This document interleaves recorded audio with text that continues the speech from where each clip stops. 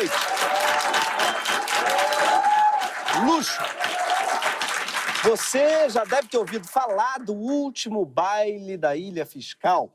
Que, aliás, não foi o último. Afinal, foi na Ilha Fiscal que Belo e Graciane comemoraram o casamento em 2012. Sim, o último baile da Ilha Fiscal, promovido pela família real logo antes do fim da monarquia, não foi o último. Foi tipo o último show do Los Hermanos. Teve uns 5. A luta do século. Tem toda semana. Luta do século. O matrimônio de Belo e Graciane foi chamado de o casamento do ano. E teve uma grande cobertura, não somente da imprensa, mas também da Record. Parecia aglomeração para a entrada de um show, mas toda essa confusão foi para acompanhar o casamento mais comentado do ano. O local escolhido foi este palacete histórico na Ilha Fiscal. Um casamento caro, com muito requinte e ostentação. Mas especula-se que Belo esteja atolado em dívidas, que chegam a quase 300 mil reais. É uma situação constrangedora, imagina que vergonha. Adoro essa figura da Record, que é o comentarista de casamentos. Mas acho muito corajoso que uma pessoa com tantas dívidas faça uma festa logo na Ilha Fiscal. Neymar, por exemplo, nem passa perto dessa ilha. Mas o que eu achei mais curioso é que o Belo, ele era bem mais careca 10 anos atrás. Não sei se vocês viram. Olha isso. Gente, as pessoas estão ficando cada vez menos calvas. E a gente precisa falar disso. A careca está em extinção, gente. No futuro, a careca vai ser tipo o telefone fixo. Vai ser o DVD, o inverno. Vai ser isso. Sim, filhos, na nossa época, sim, tinha uns meses do ano em que fazia frio. E eles vão falar, o que é frio? Mas, como dissemos, antes do baile do Belo, teve um outro grande baile na Ilha Fiscal, aquele que foi a última e maior festa da nossa nobreza e comemorava as bodas de prata da princesa Isabel. O valor da festa foi de 250 contos de réis, ou 10% do orçamento do Rio de Janeiro, que era a capital. E nada mais carioca do que investir 10% do orçamento numa festa. Sim, ele foi tipo uma farofa do Dom Pedro. Tinham 5 mil convidados, tá? 5 mil convidados e 800 quilos só de camarão. A mesma quantidade, por coincidência, que hoje está obstruindo o cu de Bolsonaro. Olha só. Mais de 300 mil pessoas se aglomeraram na Praça 15 só para ver os convidados desfilarem. Sim, a ideia era mostrar a força da monarquia, mas não deu certo. O que ficou evidente foi um descolamento da realidade. Uma semana depois, a monarquia tomou um golpe, os militares proclamaram a república, aproveitando que estava todo mundo de ressaca. A ostentação é quase sempre um sinal da decadência de um império. Não que a ostentação necessariamente cause o fim do império, que também pode ser o contrário. Ao perceber que o fim se aproxima, a nobreza liga o foda-se para aproveitar ao máximo o privilégio, aumentando assim a rejeição do povo em relação a ela num grande círculo vicioso. Ficou a famosa frase da Maria Antonieta, não tem pão, comam brioche, frase essa que ela nunca disse. A frase correta é, não tem pão, façam a dieta low carb. Para mais dicas, me segue no Insta. Mas Maria Antonieta, de fato, ostentava muito, então a frase colou e ajudou a despertar a ira revolucionária. E os revolucionários não só mataram todos os aristocratas vivos, como exumaram todos os reis enterrados na Basílica de Saint-Denis e jogaram seus corpos numa vala comum. Sim, eles mataram os reis vivos e com os que já tinham morrido, eles brincaram de morto muito louco. Mas os monarcas franceses não foram os únicos a morrer por excesso de ostentação. Esse também foi o destino dos Romanov, a família que governava a Rússia antes da Revolução. Nicolau II era talvez o homem mais rico de todos os tempos, enquanto o povo passava fome nas ruas. E o resultado todo mundo já sabe. Sua família inteira está comendo o pão que o Olavo amassou. Hoje vivemos uma nova era da ostentação, maior do que todas as outras que vivemos antes. O planeta Terra tem cerca de 8 bilhões de pessoas. Dessas, mais de 1 bilhão de pessoas vivem abaixo da linha da pobreza. Por outro lado, desde 2015, mais de metade da riqueza do mundo está nas mãos de 1% das pessoas mais ricas. E está piorando. A estimativa é de que até 2030, esse 1% não detenha só metade, mas 2/3 da riqueza do mundo. tá? Parece não existe crise para esse mercado. Ao contrário, só durante a pandemia de Covid, os bilionários tiveram um aumento de riqueza maior do que nos 14 anos anteriores à pandemia. É como diz o lema, trabalhe enquanto eles tossem. Hoje, os cerca de 2.700 bilionários do mundo acessam um mercado de luxo que parece feito só para eles. Esse mercado inclui coisas como um relógio feito de meteorito encontrado na Namíbia, que custa R$325 mil, ou a bolsa mais cara do mundo, de 33 milhões de reais, feita de ovo de ema com diamantes. Sim, acho que nunca ninguém gastou tanto com ovo desde a Graciane. Bolsa, aliás, é um dos artigos de luxo mais cobiçados, inclusive porque dá para carregar o tempo todo com você. A mais cobiçada de todas é a Birkin Bag, da grife francesa Hermès, que nas últimas décadas teve uma valorização de 500% essa bolsa. Melhor investir nessa bolsa do que na bolsa, de modo geral. Uma das Birkins mais caras da Hermès é a de crocodilo albino. Sim, de crocodilo albino. E esse nome parece muito uma piada, né? Parece uma posição sexual do Caco Antibes. Oh, não, crocodilo. Mas não, o crocodilo albino, ele existe, tá? E ele parece muito a nossa boa e velha lagartixa. Só que grande, não é? Sim, agora que eu pensei, a Hermès falsificada deve ser feita de lagartixa, claro. Mas a verdadeira custa quase $500 mil. The White Himalaya Birkin bag features 18-carat white gold hardware and more than 200 diamonds. In 2019, it sold for over $500,000. Professional sports betting consultant David Wancher, also known as Vegas Dave, made the record-breaking purchase. The reason I bought the Birkin bag is I love breaking records. I broke all the sports betting records. I wanted to break the most expensive bag record. I'm all about raising the bar. Sim, ele pagou $500 mil porque ele gosta de quebrar recorde.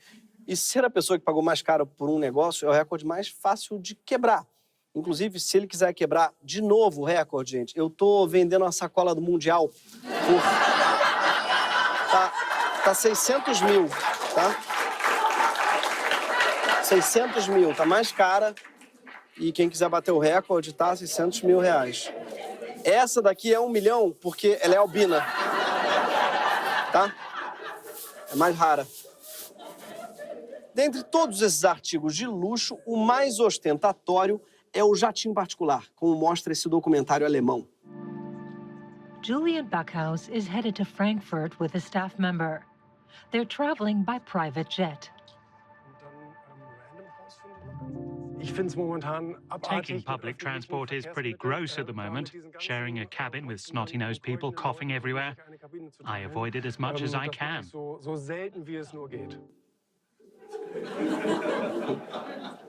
Acho muito engraçado ele achar avião nojento. Certamente nunca pegou um Uber moto e compartilhou o capacete.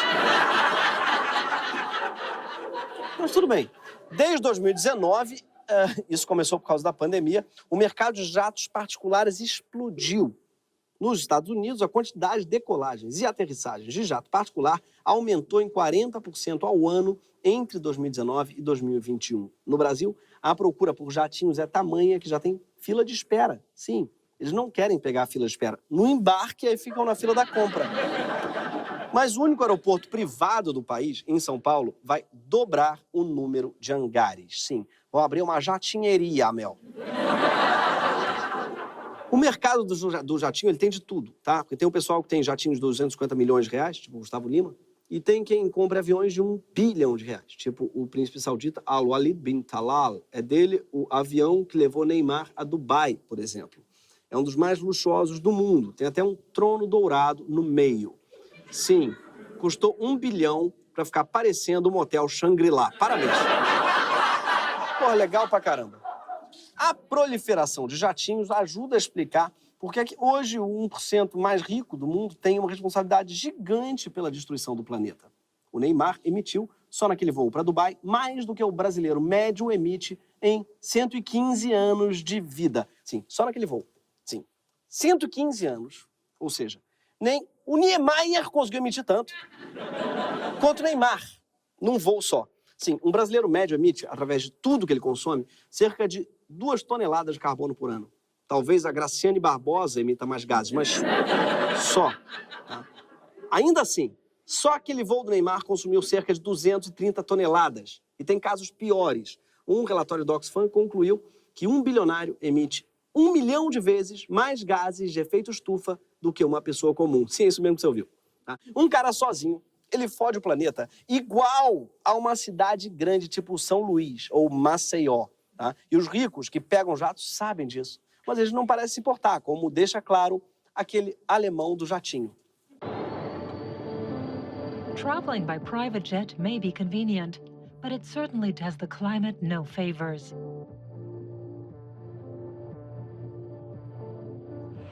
You don't care about climate change?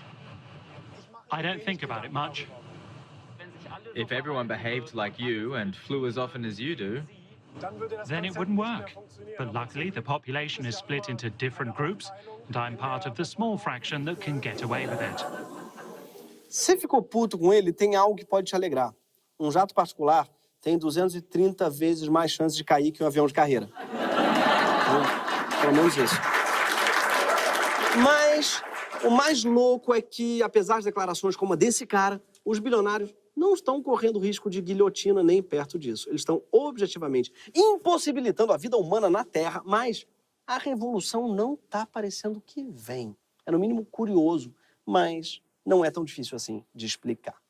Por quê? Porque, ao contrário dos aristocratas franceses ou dos czares da Rússia, os bilionários de hoje encontraram uma forma de dar a quase todo mundo a sensação de que o luxo pode ser acessível, ou, no mínimo, emulável. Logo é melhor tentar atingi-lo do que cortar a cabeça de quem tem acesso a ele. Ninguém personifica essa ideia melhor do que o bilionário mais bilionário do planeta, o homem que esse ano se tornou o mais rico do mundo, o francês Bernard Arnault. Bernard é dono da LVMH, uma holding de marcas de luxo chamada Moet, Hennessy, Louis Vuitton, que inclui 75 marcas, incluindo Moet Chandon, Veuve Clicquot, Louis Vuitton, Fendi, Dior, Givenchy, Tiffany, Tag Heuer, Zenith, Bulgari, e naquelas redes lá como Sephora, tem gente que chama de Sephora, tem gente que chama de Sephora, é Roraima das lojas. Tá? E como se não bastasse, Arnault também é fabricante de iates e dono de centenas de hotéis luxuosos como o Copacabana Palace. Sim, ele é tão rico que ele é vizinho da Narcisa. Arnault insiste que ele não busca lucro e sim desejabilidade. I'm not that much interested by the number of the next 6 months. What I am interested in is that the desire for the brand will be the same in 10 years as it is today. Perceba que ele define muito bem o que se tornou a característica central do mercado de luxo. Ele não está anunciando qualidade, nem dedicação do artesão, nem tradição, expressão artística. Ele está oferecendo desejabilidade, ou seja, o que você compra num produto de luxo não é algo que você deseja, é algo que os outros desejam, mas não podem ter. Quem compra um produto do Arnault aluga essa desejabilidade. E com a chance de ostentar esse produto em redes sociais, você atiça e multiplica o desejo alheio. E foi assim que o Arnault virou o homem mais rico do mundo, criando um grande esquema de pirâmide do desejo. É isso. E ele realmente consegue fazer as pessoas comprarem qualquer coisa por dinheiro. Sim, por muito dinheiro. Não só bens de consumo tipicamente caros, como um iate de 600 milhões de reais, ou um colar de diamantes de 130 milhões de reais, um relógio Hublot transparente de 3 milhões de reais, ou um champanhe Dom Perignon de 200 mil reais. Não. Tem também um creminho pro rosto de 12 mil e coisas mais em conta, como esse clipe de papel de quase 8 mil reais. Ou se você tiver mais duro, irmão, calma, você pode levar esse pregador de roupa de prata 2.500. Sim, o pregador, ele é o preço de uma máquina de secar. Mas, sério, brother, tua roupa fica muito bem pregada. Muito. Foda. Tipo, pode ventar e o caralho é foda, irmão. Eu tô falando é pica. Claro que não é um só, tem que botar vários, né? Tu gasta uns 120 mil no varal, mas... Irmão, pode ventar, é foda, o negócio é pica, vocês vão ver. Os clipes de ouro, os pregadores de prata vendidos pelo Arnault são caros pra caralho, mas não tão caros a ponto de só serem acessíveis para bilionários. A classe média sabe que nunca vai ter um jatinho, mas pode comprar um lencinho da Givenchy. Ela sabe que não vai comprar um vestido da Dior, mas talvez possa comprar um perfume da Dior. Aliás, já reparou que quase todas as marcas de luxo também vendem perfume, que é para associar a marca exclusiva a um produto um pouco menos exclusivo. É igual o Flamengo, fica só no cheirinho, tadinho.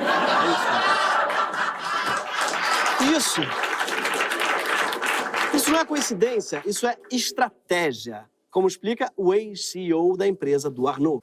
Louis Vuitton's CEO between 1988 and 1995, Vincent Bastien, brought a different strategy to the brand. My basic idea was, if luxury is focused only on very rich people, you have no market. You need to become democratic. Democratic, but not vulgar. Democrático, mas sem ser vulgar. Parece uma bio de Instagram, não é? Mas, na verdade, é uma maneira de dizer, para classe média, talvez, para pobre, jamais. É isso que ele quer dizer com vulgar. E sim, a indústria do luxo entendeu que os ultra-ricos não eram um mercado grande o suficiente para que pessoas como o Arnault se tornassem não só multimilionárias, mas ultra-bilionárias. Então, ela começou a vender bugiganga cara para a classe média fazer cosplay de milionário. A partir daí, as grandes empresas de luxo começaram a posicionar suas marcas como uma aspiração de todos. O mundo rarefeito em que seus produtos sempre habitaram passou a ser vendido como se fosse acessível para as massas, um chaveirinho de cada vez, até chegar na bolsa de crocodilo albino. E para essa narrativa, nada é mais poderoso do que a figura do influenciador gente como a gente. Aquela pessoa que era de classe média, mas estava seguindo ela, de repente, por que começou a ostentar mais que Maria Antonieta no último baile do Império? O que aconteceu? Um exemplo desse tipo de influência é a GK, aquela que recentemente, inclusive, lançou um perfume com a Jequiti, sim, é verdade, e perdeu a oportunidade de chamar o perfume de Jequiti. Ela não chamou. E diz que é humorista, assim, GK, teoricamente, é humorista, mas é mais provável que você tenha conhecido ela por causa de alguma coisa que ela falou ou que ela comprou. Sim, se você escrever no Google GK comprou, você vai ver que ela comprou uma casa na Flórida de 6 milhões de reais, uma bolsa de vidro de 13 mil reais, um Crocs com salto alto de 5 mil reais. Sim, você ouviu bem, um Crocs de salto alto de 5 mil reais. A pessoa olhou para um Crocs e falou assim, dá para ficar mais feio. Vamos meter-lhe um salto? Uma bolsa em formato de pomba por 5 mil reais, um tênis de 10 mil reais, que já vem destruído, e uma bota futurista de 18 mil reais, com um salto de 23 centímetros. Eu até tinha curtido a ideia, quando eu vi, de ficar, imagina, ficar 23 centímetros mais alto. Eu gostei. Até ver o vídeo dela andando com a bota.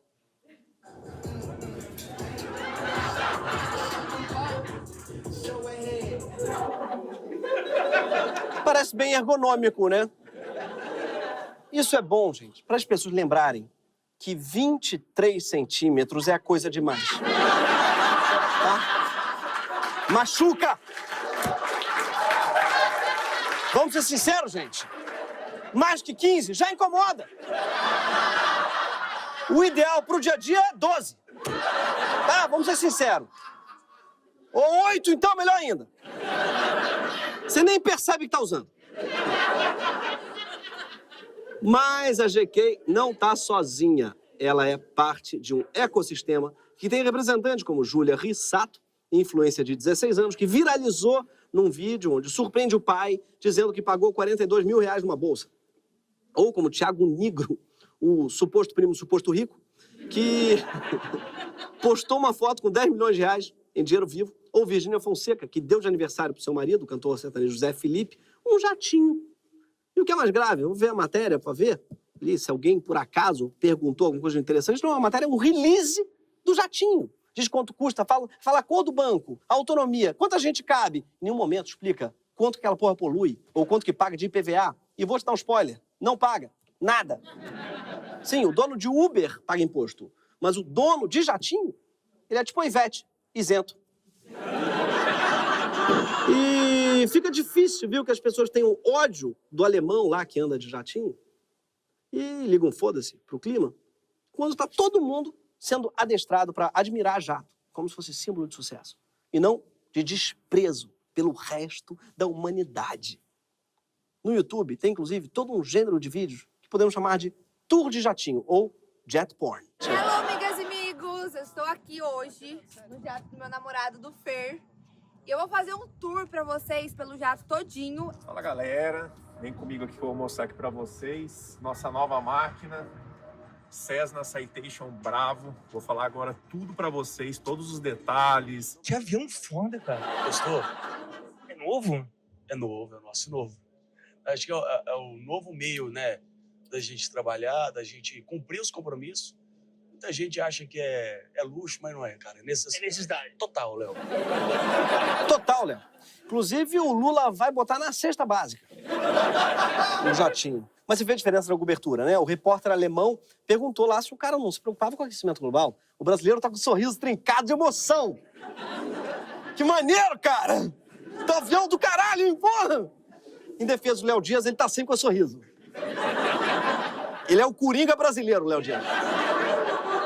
Os influencers do luxo podem até parecer bem-sucedidos, mas quem fica rico mesmo com eles, e com toda a ideia de luxo aspiracional que eles ajudam a vender, é gente como Bernard Arnault. E com o lucro da LVMH, ele compra seus próprios super luxos, como um super iate de 101 metros de comprimento e 6 andares, que recentemente não pôde aportar em Nápoles devido a uma limitação de tamanho decretada pela cidade. Sim, é tão grande, gente, que ele não tem onde parar. Ninguém fala sobre essa dor, coitado. O Arnault tem também, claro, um jato particular, tá? Com o qual ele fez 58 voos só em 2022, emitindo quase 370 toneladas de dióxido de carbono, o que equivale à emissão de mais de 185 brasileiros juntos durante um ano todo.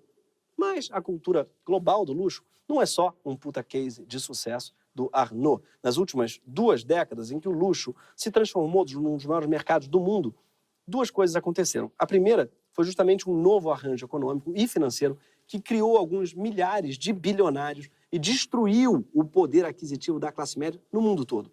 E nesse arranjo, especialmente depois da crise econômica de 2008, aconteceu um aumento vertiginoso do custo das coisas que, para a geração dos nossos pais, eram tidas como básicas. Casa própria, por exemplo. Para os millennials, para a geração Z, a ideia de comprar um apartamento numa cidade grande é tão distante quanto a ideia de comprar uma Ferrari era para os nossos pais. Mas não só casa própria. Tem um negócio que antigamente era o básico e hoje é um luxo, e chama direito trabalhista mesmo. Sim, com a precarização das relações de trabalho, muita gente não consegue nem mais sonhar com férias remuneradas ou com 13º. Se você tem uma renda instável, talvez um plano de saúde não caiba no seu orçamento, mas um restaurante caro no dia que aquele Pix caiu na conta, cabe. E quando casa, saúde e educação começam a ser inalcançáveis, faz um pouco de sentido que os artigos de luxo mais acessíveis se tornem um símbolo de sucesso possível e um símbolo que todo mundo entende. E aí você ostenta mesmo, porque é o que dá. E o segundo motivo é ainda mais sério. Justamente por conta do sistema econômico que criou essa cultura, o mundo está literalmente pegando fogo. A gente já está vivendo os dias mais quentes do ano e ainda faltam 3 meses para o verão. A gente não gosta muito de pensar nisso, mas todo mundo sabe e sente que o futuro não parece mais um lugar viável. E quando isso acontece, também não faz muito sentido ser austero, fazer uma poupança, sacrificar um pouco mais do presente em nome de uma segurança no futuro. Afinal, que futuro? Os bilionários vão seguir voando de jatinho, emitindo cada um deles mais carbono que cidades inteiras. Aí eu vou economizar no meu banho?